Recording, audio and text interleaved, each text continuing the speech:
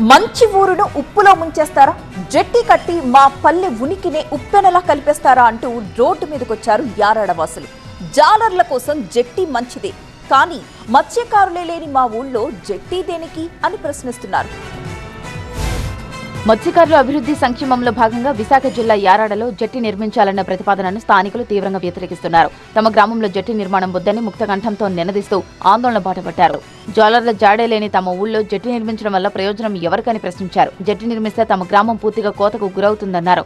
మంచినీళ్లు కాస్త ఉప్పుగా మారి తమ ఊరికి తమ ఉనికికే ముప్పు వాటిల్లుతుందని ఆవేదన వ్యక్తం చేశారు. తరతరాలుగా తామంతా వ్యవసాయంపై ఆధారపడి జీవిస్తున్నామన్నారు. తమ గ్రామానికి మంచి చేయాలని భావిస్తూ టూరిజం ప్రాంతంగా అభివృద్ధి చేయాలని ప్రభుత్వాన్ని కోరారు.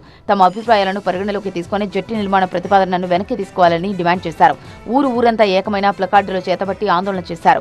యారాడలో జట్టి నిర్మిస్తే నష్టపోయేది యారాడ మాత్రమే కాదు, విశాఖ గాజువాక పరిసర ప్రాంతాలు పూర్తిగా ఉప్పునీరుగా మారిపోతుందన్నారు. మత్స్యకారులు లేని యారాడలో జట్టి నిర్మాణం ఎందుకని ప్రశ్నించారు. జట్టి కోసం స్థానిక ఎమ్మెల్యే గారు పల్లసీని గారు వాళ్ళు తీసుకురావడం చేయడం జరిగింది. కానీ మేమేంటంటే దానికి వ్యతిరేకం కాదు. కానీ మా ఊరు గ్రామస్తులందరూ మాకు జట్టి వద్దు, మా ఊరిని టూరిజంగా డెవలప్ చేయమని ఎమ్మెల్యే గారిని మా గ్రామం తరపున కోరుచున్నాం.